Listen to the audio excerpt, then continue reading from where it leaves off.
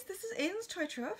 This will be an installment in our mail call series. This is a box that we received today, and it got pretty badly crushed, as you can see. This is a UPS store box, but it was sent via the post office, so that means it didn't have the UPS guaranteed packing insurance on it. So I'm hoping that everything in here is in good shape. So we're going to take it out and we're going to open it up and take a look. I'm sorry, I'm groggy. I just woke up from a nap. So I probably should have waited a few minutes before making this to be kind of coherent. But that didn't happen, and we got lots of packages to open, lots of videos to make today. So we'll just dive head on in. So I can see right at the top, even though you can't see in this video, there is some popcorn on the top layer of the box. And I didn't want to show the top of the box too much since it had the sender address on it, and I always try to make sure that the sender's info is kept private. So this person, they put in a lot of popcorn. Like, look at all that popcorn. I'd say maybe the popcorn did settle a little bit. But really, honestly, the post office did a number on this box because this is a ton of popcorn. And the horses are in bubble wrap. I'm not sure which order this is, but I believe this is an order of 3. So the box was plenty big. I mean, I'm just going to hope that all this extra room in the box allowed the horses to come through in good shape. Here's one thing I want to show you, these little popcorns. These were fine for this box because they were mixed in with other popcorn. But if you ship something, in general, don't use just that type of popcorn because they don't provide a lot of cushioning and they don't fill a whole lot of space. So again, totally fine if you're mixing with other popcorn like this seller has done. She mixed it in with other popcorn, but that was just one thing I wanted to point out. And this is from the super paranoid custom packing person in me. And actually what I wanted to show you was the inside of this box. This is just terrifying. I'm so glad this wasn't a custom. If this was a custom, I'd be pulling my hair out. But if you can see that up here, over here, I guess you can't. Not without all the popcorn falling out. This thing just got totally munched. So we'll make sure that the horses came through okay. And it appears that there was postal insurance on here. So I'm not going to get in too big of a panic. I'm trying to figure out where to put this super huge box that my cats aren't going to jump on into it. Well, oh, speaking of cats, there's a cat while I'm unwrapping the horses. It's too big to put where I usually put it. I'll get these guys off camera, and I'm sorry about the mess. Believe it or not, we actually had this area cleaned up pretty well. Not so long ago, but now it's a mess again. We've been pretty busy between running the online store and the retail store, so a lot of our home chores get neglected. We weren't great about them before, but now we're even worse. We're doing the best we can, though. I have had a couple people ask where we get these models and if we get them for a discount or for free. No, we absolutely do not get these models for free. We pay when we buy in bulk. And by in bulk, I mean like usually a collection of 50 or more. We typically pay about 30% retail, and we don't usually look at collections smaller than that because it wouldn't really be fair to the seller to be offering such a discounted price, and the shipping on that turns out to be really expensive when you can't fit a whole bunch of horses in the big box. Having said that, no, we do not pay retail price, so we look for deals online. A lot of these are offered to us privately by previous buyers of ours or just people who have found us on the internet. This seller did a super duper job wrapping these, so I'm actually feeling pretty confident that they'll be in good shape. So thank you, seller.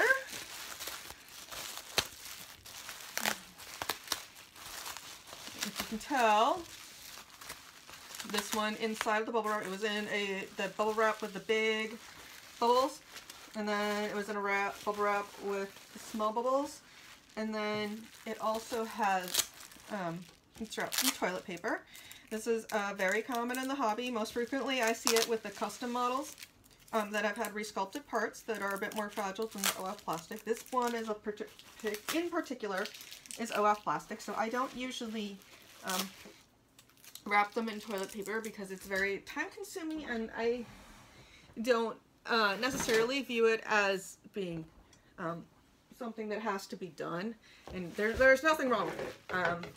This seller is probably a very good call on her part, since this package did come through in such rough shape. But this isn't something that I would expect from someone shipping an original finished model, but I really appreciate that she went through the extra trouble, because I do think these horses will come through in good shape.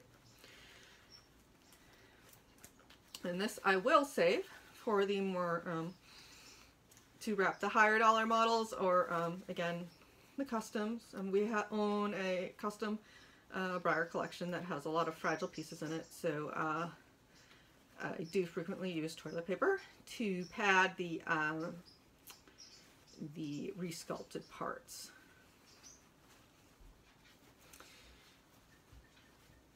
So this one, see, so far it's chestnut. Those of you real good with your molds have probably already guessed the mold, and possibly even the model. Just trying to save this toilet paper, so trying to see if I can get this tape off without ripping it up too badly. But at the same time, I've also tried to not be such a packing hoarder, because we have tons and tons and tons and tons of garbage bags full of packing. We have a spare bedroom full of packing, and I love to reuse packing because it's very expensive and I don't like throwing anything away. But it's just growing and growing and growing, so I really do need to get some of that to recycling. And on sad news, sad note, my favorite recycling place in town just closed down, so a total bummer, right? Okay, so here we go. This model was sculpted by one of my favorite sculptors. The sculptor is Bridget Eberl from Germany, and this particular horse is Mistral Horis, I think. It's Hojris, and it's the Salinero mold and chestnut. And I think that this little giddy pack right here probably has the bases in it. So we'll just lay, let's see here, Mr. Mistral off to the side for just a moment while we open up another one. And we'll put the bases here. I'll pick another one.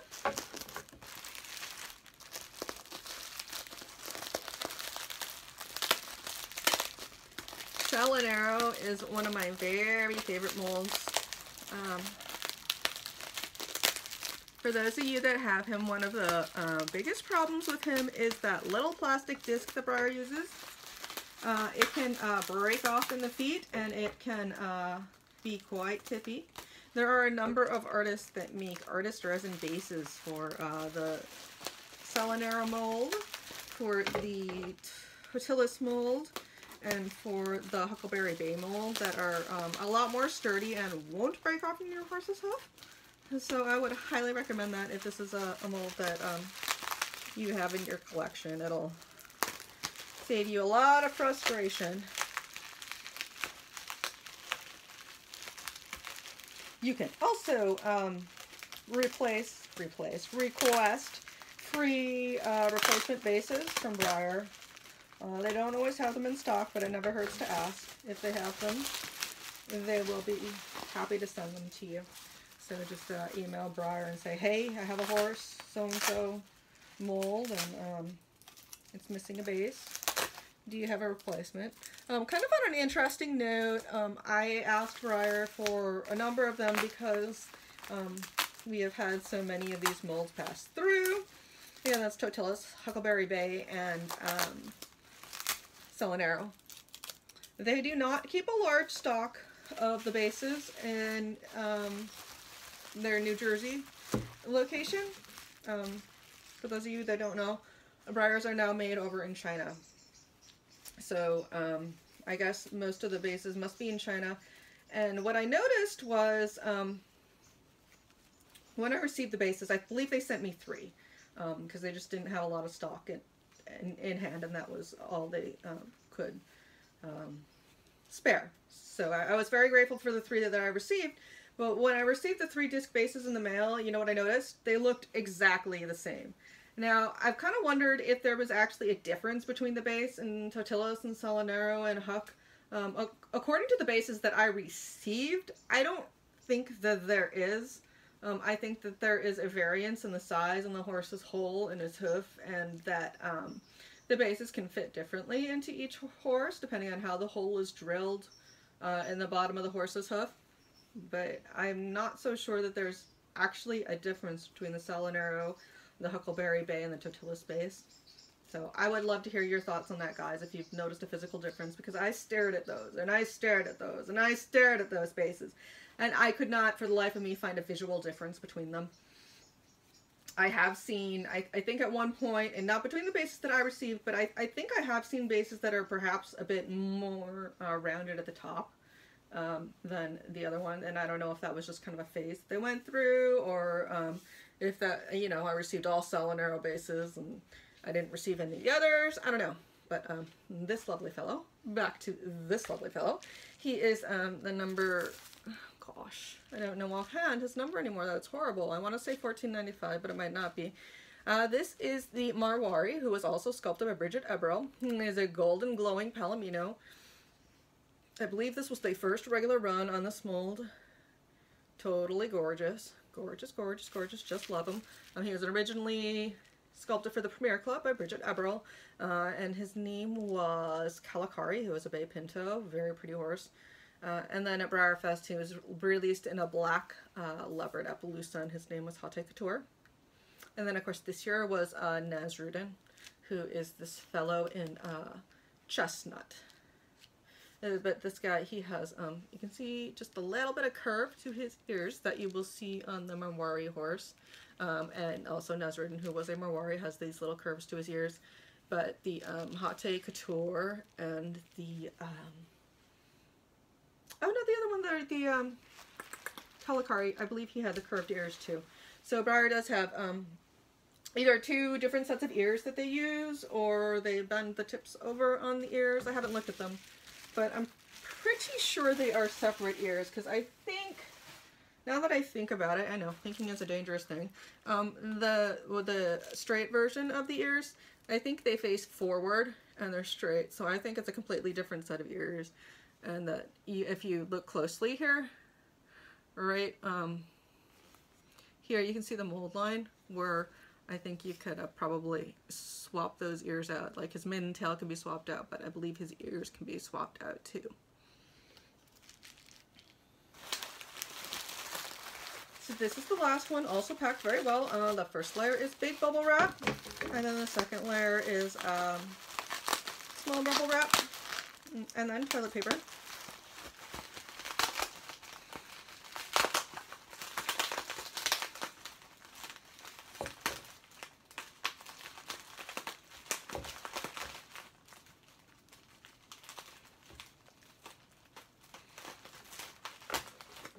Now, like I said, I primarily collect custom horses, so I have been familiar with the work of Bridget Eberl for quite some time, before she ever sculpted for Breyer, and her work is just phenomenal. It's very correct, and it brings out the unique personality of each horse. So I have always adored her work. I am so happy that Breyer decided to have her sculpt some wonderful plastic molds for them. The only thing that I might complain about is that Breyer doesn't have any current runs on these wonderful molds like, well, Alberosa, because his mold was broken.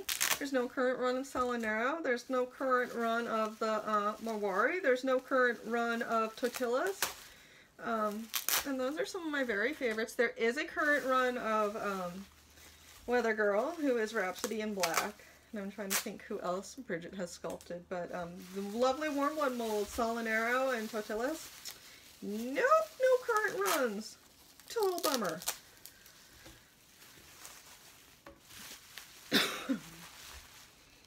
Excuse me. We have another little mummy in here. I don't know why, but I think I'm almost losing my voice. Might be allergies. We've also, in this area, had a pretty big fire, the Chetco fire, that was about 20 miles from here, and it blew in tons and tons of smoke and ash. And it hung around in the air for, oh gosh, 2 or 3 weeks. So it was really rough breathing all that smoke and ash, and it has finally cleared up. So today is actually a very beautiful day out. It's sunny, but it's cold and windy, but it's an absolutely clear and gorgeous day out. And I kind of feel guilty about being inside and not out doing something, because the nice days here are definitely numbered before winter sets in. And what I mean by winter is rain. We don't get snow here, we get rain, rain, rain. And it rains all winter long, all the way through until, let's see here, July, pretty much, June or July. So we won't be seeing much of the pretty sun until next July. Gosh, that's a horrible thought. Also, it's been getting pretty cold at the store. The nights, it's been dropping down to the 40s here in town, which is Crescent City, California. And so even though it's like 60 in the afternoon, there isn't enough of the sun to actually bring the store up to temperature. So the store is in the 50s, and I sit in the store and I bundle myself up in 2 sweatshirts, and sometimes I run the dehumidifier to act a bit as a heater, because we don't have a heater in there. So we're going to have to fix that pretty soon, because it's getting pretty cold overnight now, and I don't know how much longer I can deal with the cold in the store. So this one I'm betting that a lot of you recognize. This is one of my favorite models. This is the Breyer Salinero, who was sculpted by Bridget Aberol. This was the original release on the mold. And so he is the same mold as Mr. Riesling here. Riesling was a later run, and Salinero was the original release. He was a dressage horse. Pretty famous one of that. Gorgeous horse, gorgeous model. He even has a stamped version of Enki's signature on the bottom of his belly. And I love this mold for customs. So pretty please, Breyer, use this mold, because I really want some bodies. And this guy, he's actually pretty hard nowadays to find in his original bay color. So this is a really nice one. So I'm going to show you guys the stands. I assume that's what's in here, are the plastic bases. Now on these, I personally use the resin bases for my customs, and if I have a spare resin base, I'll use that for an original finish, but we don't keep many original finishes out on our shelves. And I'll tell you a little story. I had a Salinero or a Mistral hanging out on my shelf, just standing on his plastic disc base, and one day he just fell over. And I thought, what the heck? So I went over to check it out, and he had broken that peg off in his hoof, just standing perfectly still in his display cabinet. These bases are very, very finicky.